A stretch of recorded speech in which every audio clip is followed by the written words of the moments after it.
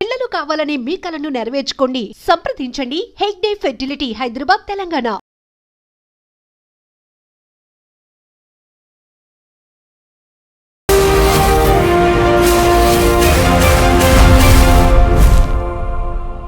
నమస్తే, welcome to I dream social spotlight with Kavitha. 2023 June లో సరూర్ నగర్ లో జరిగినటువంటి ఒక దారుణం సంచలనం కలిగించింది. పూజారిగా పనిచేస్తున్నటువంటి సాయి కృష్ణ తన ప్రియురాలు అప్సరాని అత్యంత దారుణంగా చంపడమే కాదు, సాక్ష్యాలను తారుమారు చేసే ప్రయత్నం కూడా చేశాడు. అప్పుడే వినిపించినటువంటి భిన్న వాదనల్లో ఒక పూజారి అంతలా ఎలా హత్య చేస్తాడు, తను అమాయకుడు మంచివాడు అనేటువంటి వర్షన్ తో పాటుగా అప్సరానే అలాంటి పని చేసింది, రెచ్చగొట్టేలా వ్యవహరించింది, అప్సరానే అనేటువంటి మాటలు కూడా వినిపించాయి. ఇప్పుడు కోర్టు మాత్రం యావజ్జీవ కారాగార శిక్ష విధించింది. దీంతో పాటుగా సాక్ష్యాలను తారుమారు చేస్తున్నందుకు మరొక 7 ఏళ్ల అదనపు జైలు శిక్ష కూడా విధించింది. ఓవరాల్ గా సమాజం ఎవరి గురించి మాట్లాడుకోవాలి, ఎవరిని తప్పు పట్టాల్సిన అవసరం ఉంది, ఇందులో అమాయకులు ఎవరు, నిందితులు ఎవరు, దీని గురించి మాట్లాడుకుందాం. మనతో పాటుగా ఉన్నారు ప్రముఖ హేతువాది బాబు గోగినేని గారు. బాబు గారు నమస్కారం అండి. నమస్కారం. గతంలోనే మన 2023లో ఈ సంఘటన జరిగినప్పుడు దీని గురించి మనం చర్చించుకున్నాం, మాట్లాడుకున్నాం. యాక్చువల్ గా అప్సరాని ఎందుకు ఒక తప్పు చేసిన దానిగా తనే ప్రేరేపిస్తోంది, సాయి కృష్ణ అమాయకుడు అన్న వర్షన్స్ వినిపించాయి. అతను పూజారి అండి, అతను బ్రాహ్మణుడు అండి, గుళ్ళో పూజలు చేస్తాడండి, మా మంచి కోసం మాట్లాడతారండి అనుకునేటువంటి వర్షన్స్ అని వినిపించాయి తప్ప దాన్ని యాక్సెప్ట్ చేయలేదు. బట్ థ్యాంక్స్ టు కోర్ట్ పక్క ఆధారాలతో శిక్ష కూడా విధించింది. ఈ హోల్ సిచ్యువేషన్ ని మీరు ఎలా చూస్తున్నారు అసలు?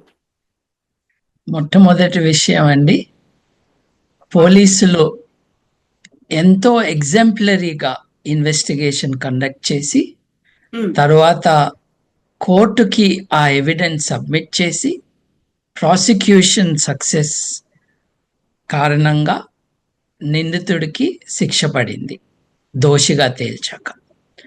So this is really good అండి. ఎప్పుడు పోలీసులని ప్రాసిక్యూషన్ని తిట్టటాలు, వాళ్ళు సరిగ్గా పనిచేయరు అని అంటాలు వింటూ ఉంటాం మనం. ఈ మ్యాటర్లో మటుకు అద్భుతంగా they acted rightly and very inspiringly అన్నది మనం నోట్ చేయాలి. మీరు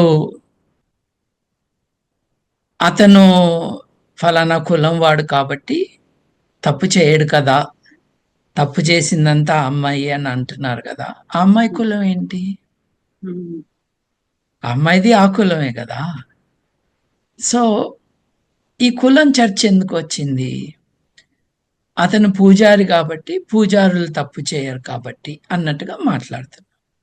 సమాజంలో మతపరమైన వ్యవస్థలు దేంట్లో అయినా సరే ఉన్నవారందరూ మంచివారు, నిబద్ధతతో ఉంటారు అని ఒక జనరల్ ఇంప్రెషన్.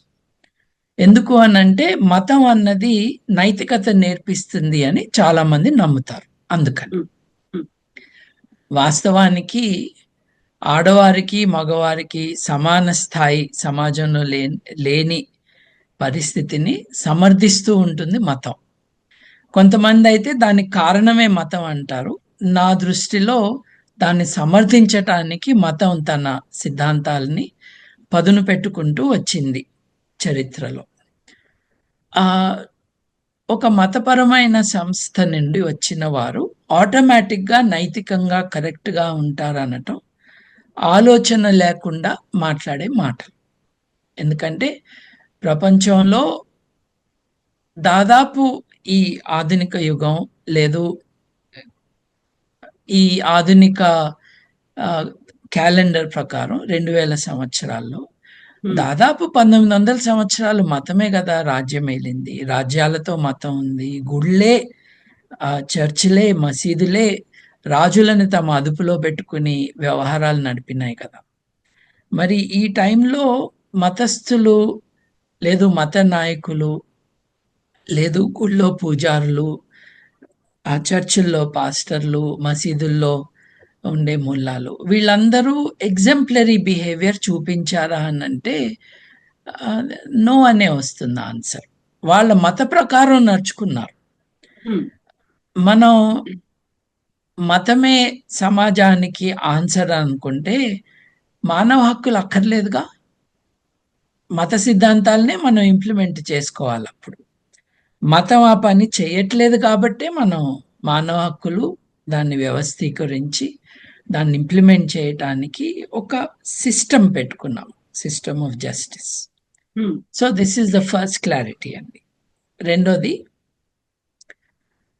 పూజారి చంపేశాడు, పూజారి ఎలా చంపుతాడు అనటం కంటే more natural question should be, ప్రేమికుడు ఎలా చంపుతాడు? వాళ్ళు ప్రేమించుకున్నారు, వాళ్ళకి మధ్యన ఒక ఫిజికల్ రిలేషన్ ఉంది, ఉన్నా లేకపోయినా వాళ్ళు కలిసి ఉన్నారు, కలిసి తిరుగుతున్నారు, చంపటం ఎలా వచ్చింది అన్న ప్రశ్న వేసుకోవాలి. పూజారి కాదు, కులం కాదు. కులం ఆటోమేటిక్గా ఏమిస్తుంది? ఏమీ ఇవ్వదు. పవర్ ఇస్తుందేమో, డిస్క్రిమినేషన్కి, వివక్ష చూపటానికి అవకాశం ఇస్తుంది. సత్ప్రవర్తనకి కులానికి సంబంధం లేదు. సత్ప్రవర్తన ఇండివిజువల్ పర్సన్ మీద ఆధారపడి ఉంటుంది, సమూహంతో సంబంధం.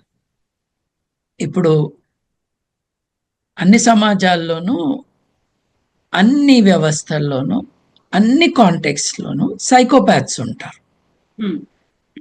సైకోపాథిక్ ఇండివిజువల్స్ ఉండటం అన్నది వాస్తవం. చట్టాన్ని ఉల్లంఘించటం అన్నది ఇట్స్ ఎ డిఫరెంట్ మ్యాటర్. అసలు మనిషిగానే లేని పరిస్థితులు, హత్యలు చేయటం అన్నది మనిషి యొక్క సివిలైజేషనల్ స్టాండర్డ్స్కి వ్యతిరేకం, చట్టంతో సంబంధం లేక. అటువంటి పనులు జరిగినప్పుడు చుట్టూ ఉన్నవారు ఎలా రియాక్ట్ అవుతారు అన్నది is an indicator for us, because it gives us an index to the mind of society. మీరు అన్నది ఆ డేంజరస్ ఇండెక్సే సూచిస్తున్నది. పూజారి కదా, ఈ కులం కదా, ఈయన ఎందుకు చేస్తాడు, చెయ్యడు, మంచివాడు, పూజ చేస్తున్నాడు అని అన్నారు కదా. అక్కడితో ఆగకుండా నేను పాయింట్అవుట్ చేసినట్టుగా వారిద్దరు కులాలు ఒకటే, కానీ ఆమె చేసింది మటుకు తప్పు, ఆమెది కూడా ఆ కులం కదా, ఆమె ఎందుకు తప్పు చేస్తుంది అని అనలేదు. సమాజంలో ఆడవారి పట్ల ఉన్న చులకన లేదు, ఆడవారు నీచురాళ్ళు అన్న ఆలోచన, ఎవరైనా తప్పు చేస్తే దానికి కారణం ఆడవారే అని, ప్రొవొకేషను అంతా కూడా వారి నుండే వస్తుంది అని ఉన్న ఒక అపోహ, ఒక స్టీరియోటిపికల్ థింకింగ్. దానికి తోడు ప్రాపర్గా ఆలోచించకపోవటం.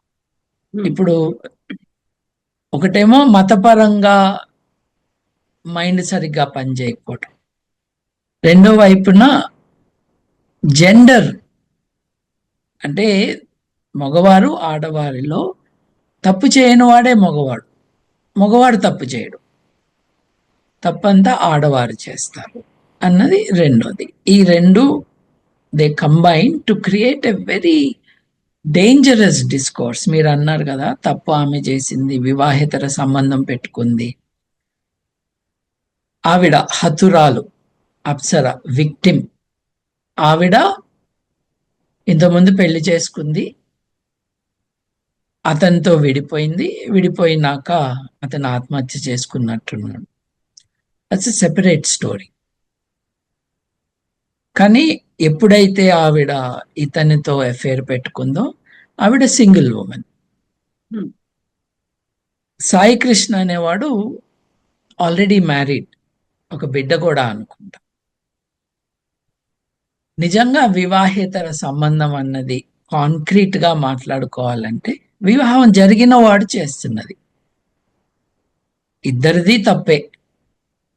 అయ్యో అతనికి పెళ్ళయింది, ఒక పాప ఉంది, అతనికి ఒక కుటుంబం ఉంది, అతను సెపరేట్ కాకుండా నేను అతనితో అఫేర్ నడపటం తప్పు అని ఆవిడ గ్రహించాల్సిందే. మరేం చిన్నపిల్లేం కాదు, కానీ దానికి పనిష్మెంటు ప్రాణాలు కోల్పోవటం. మనం చుట్టూ ఉన్న సమాజం ఏం చెప్తుందంటే, వివాహేతర సంబంధం పెట్టుకుంది కాబట్టి చంపటం కరెక్టే. వాళ్ళందరికీ సమాధానం కోర్టు జడ్జిమెంట్. చంపిన వాడికి శిక్ష పడుతుంది, నీ మారల్ జడ్జిమెంట్స్కి దీనికి సంబంధం లేదు. ఇంకొకటి, శిక్ష పడలేదు ఈ హంతకుడి తండ్రికి. ఎందుకలా? అతను వచ్చి ఒక ఆల్టర్నేటివ్ స్పోక్స్మెన్ గా దిగి తన కొడుకుని డిఫెండ్ చేసుకుంటూ, ఓ పక్కనేమో చేస్తే గనక వాణ్ణి చంపేయాలన్నాడు, నా కొడుకు చాలా అందగాడు అన్నాడు, అసలు సమాజంలో యూత్ ఎలా బిహేవ్ చేయాలో అంటూ ప్రవచనాలు మొదలుపెట్టాడు. అరే, నీ కొడుకు హంతకుడు అంటే నువ్వు కనీసం సిగ్గుతో అన్న తలదాచుకోవాలి, కానీ నువ్వు నీ అపార్ట్మెంట్ కాంప్లెక్స్ లో ఓ మంచం వేసుకుని కూర్చుని వచ్చిన మీడియా వాళ్ళందరికీ ఇంటర్వ్యూలు ఇవ్వటం చూడండి. అంటే తన కులం, తన మతం, తను డొనేట్ చేస్తున్న గుళ్ళ నీడలో దాక్కుని రక్షణ పొందుతూ మాట్లాడటం. నా వెనక పెయింటింగ్ ఉంది చూడండి, ఇట్స్ ఎన్ ఎచ్చింగ్, పైన ఎచ్చింగ్. ఇది ఇలా కదిలితే మీకు కనిపిస్తుంది. అక్కడ ఒక మనిషి డెస్క్ మీద తలవాల్చి రెస్ట్ తీసుకుంటున్నాడు. కలం, కాగితం పక్కన పెట్టేశాడు. తన పని నుండి తను విరామం తీసుకుంటున్నాడు. ఈ ఎచ్చింగ్ కి పేరు, ఇది వేసింది గోయా అనే ఒక స్పానిష్ ఆర్టిస్ట్. 1790 నుండి 1797 మధ్యలో ఆయన ఇటువంటివి 4-5 చేశాడు. ఆయన అంటాడు, చూస్తున్నారు కదా గుడ్ల గూబలు, నిశాచర జీవులు, ఈ పక్కన ఒక పిల్లి, ఏం జరుగుతుందో అర్థం కాకుండా చూస్తున్న బిత్తరపోయి ఉన్న పిల్లి, నక్కలు కూడా ఉన్నట్టున్నాయి. నక్కలు, వీటికి అంటే రాత్రిపూట కనిపించే జీవులు. దీనికి పేరేం పెట్టాడంటే the sleep of reason brings forth monsters. Monster అంటే ఈజీ ట్రాన్స్లేషన్ ఏమో దయ్యమో భూతమో అనొచ్చు, లేకపోతే వికారంగా ఉన్న జీవులు అని కూడా అర్థం వస్తుంది. ఎప్పుడైతే ఆ మనిషి ఎవరైతే ఉన్నారో ఈజ్ రిప్రజెంటింగ్ రీజన్, హేతుబద్ధ ఆలోచన నిద్రపోతూ ఉన్నప్పుడు ఈ క్రీచర్స్ ఆఫ్ ద నైట్ అంటే నిశాచర జీవులు, డార్క్ థాట్స్, డార్క్ వాల్యూస్ వచ్చేసి మనిషి యొక్క మైండ్ని ఆక్రమించుకుంటాయి అని హెచ్చరించాడు. కానీ ఆయన హెచ్చరించిన టైంలో క్యాథలిక్ చర్చి యొక్క గుప్పెట్లో ఉంది సమాజం, స్పానిష్ సమాజం. ఇది బయటపడితే తనల్ని చంపేస్తారేమో అనుకుని ఈ ఎచ్చింగ్స్ ని డిస్ట్రాయ్ చేశాడు ఆయన. ఏదో ఎక్కడో పొరపాటున మిగిలిన ఇది మటుకు మనకి లభ్యమవుతుంది. The sleep of reason brings forth monsters. హేతువుని నిద్రబుచ్చినా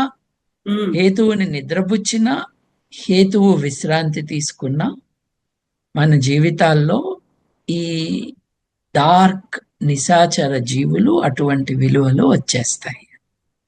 హత్యని హత్యగా అర్థం చేసుకోకుండా దానికి కారణాలు వెతికి, ఆమె ఒక వివాహేతర సంబంధం పెట్టుకుంది కాబట్టి, వీడి కులం ఇది కాబట్టి మంచోడే, అందగాడు కాబట్టి అని తండ్రి, ఇప్పుడు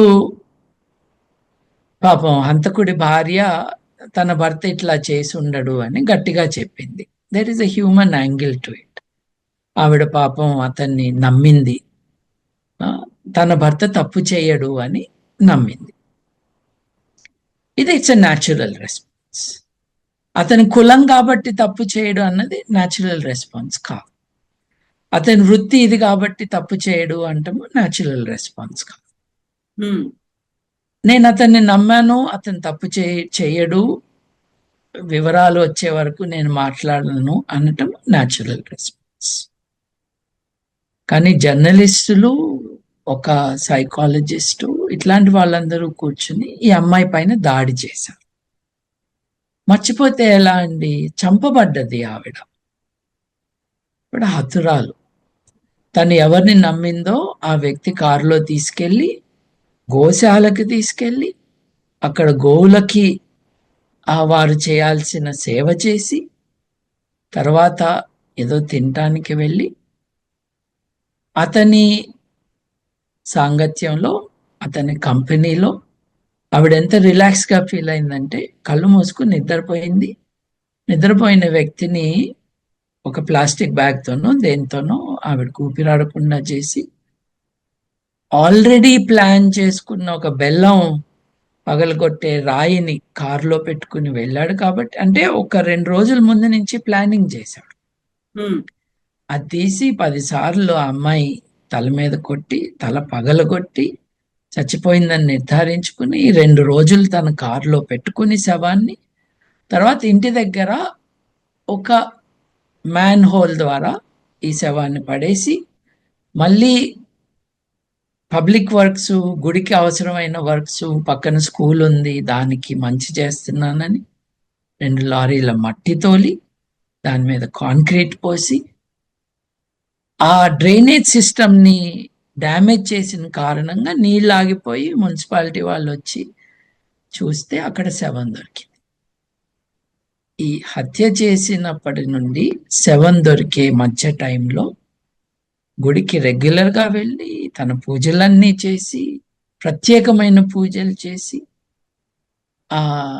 ఆ రాయినేదో అంటారండి, దాని దగ్గర ఆ బొడ్డు రాయినో ఏదో దాని దగ్గర ప్రత్యేకమైన క్రతువులు చేశాడు.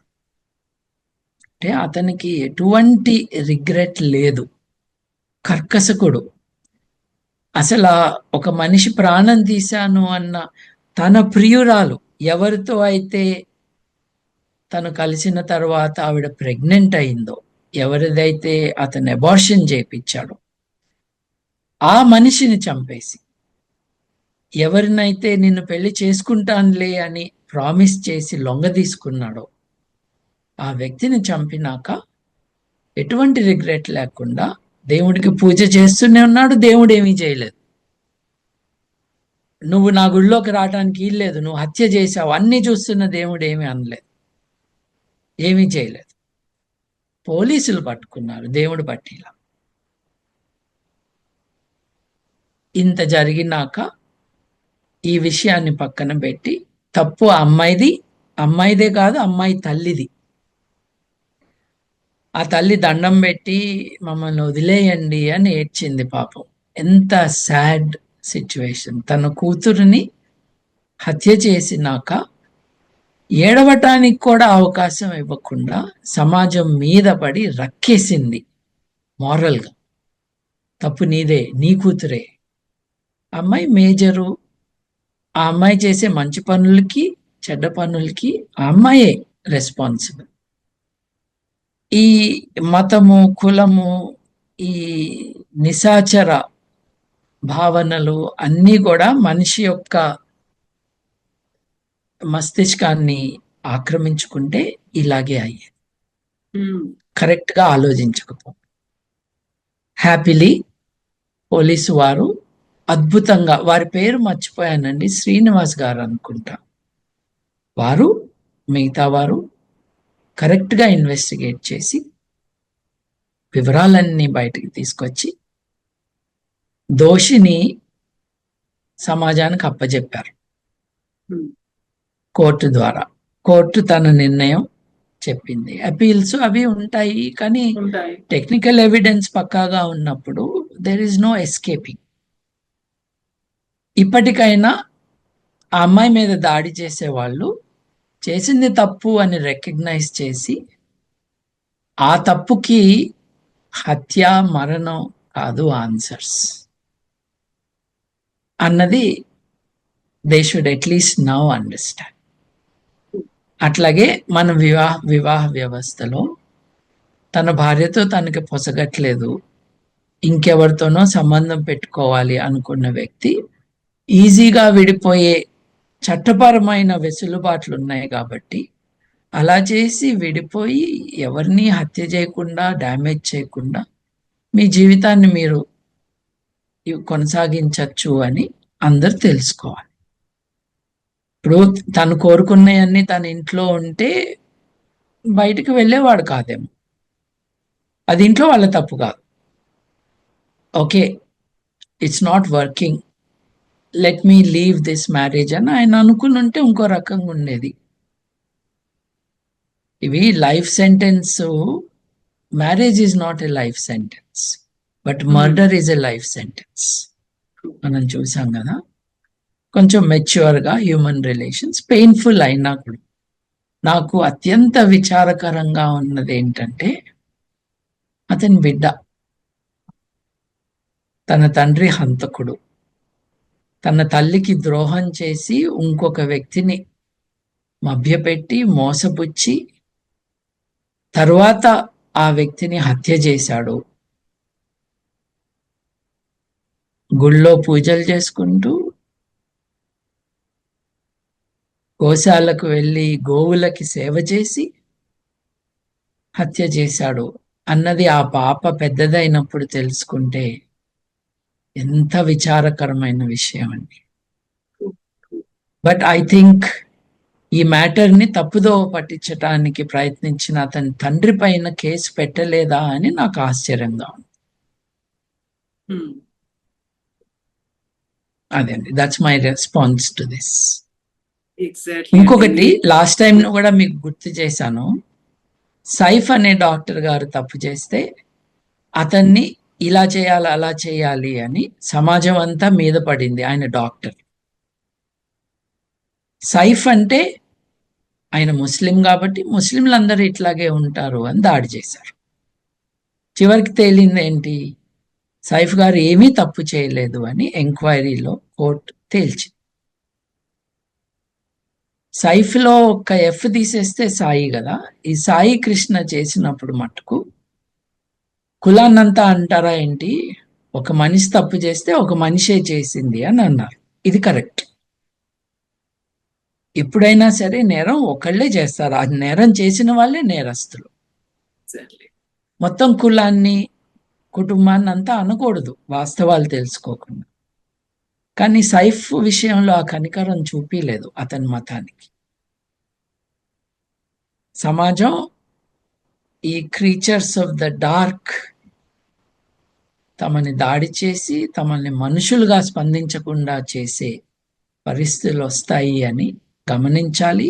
కొన్ని విషయాల్లో కొన్ని సందర్భాల్లో అటువంటివి వచ్చేసినాయి అని తెలుసుకోవాలి. ప్రణయ్ని చంపినప్పుడు అతని విధవరాలు, అతని ప్రేమికురాలు, అతని బిడ్డకి తల్లి కాబోతున్న అమృతదే తప్పు అని హత్య చేయించినాక పోలీసులకి దడిసి ఎట్లయినా తనకి శిక్ష తప్పదు అని తెలుసుకున్న హత్య చేయించిన వాడు ఆత్మహత్య చేసుకోవటానికి కూడా ఆ అమ్మాయే కారణం అని అన్న వారందరూ మనుషులుగా మళ్ళీ ఆలోచించడం మొదలు పెట్టాలి అని మనం కోరుకుందాం. ఎగ్జాక్ట్లీ అండి బాబు గారు, థ్యాంక్ యూ సో మచ్. నిజంగా మనుషులుగా మనం ఆలోచించట్లేదు. మనుషులుగా ఆలోచన మొదలు పెట్టాలంటే ఫస్ట్ మనం మనుషులం అనేది గుర్తింపు అనేది వాళ్ళలో వాళ్ళు చేసుకునే అవసరం ఉంటుంది. హేతువుని నిద్ర లేపండి. Reason has to be awake. Reason కి మొరాలిటీకి లింక్ ఉంది. హేతుబద్ధత లేని చోట నైతికత లేదు. హేతుబద్ధత లేని చోట ఆలోచనలు సక్రమంగా ఉండవు. కాబట్టి తప్పకుండా అందరూ కూడా నిద్రపోతున్న ఆ వ్యవస్థలో ఉన్న హేతుబద్ధతని నిద్ర లేపండి మీ మనసుల్లో, సమాజంలో. అప్పుడు మార్పులు వస్తాయి. ఎస్ బాబు గారు, థ్యాంక్ యూ సో మచ్ అండి. మళ్ళీ మనం మాట్లాడుకుందాం ఇంకో టాపిక్ మీద. థ్యాంక్ యూ అండి.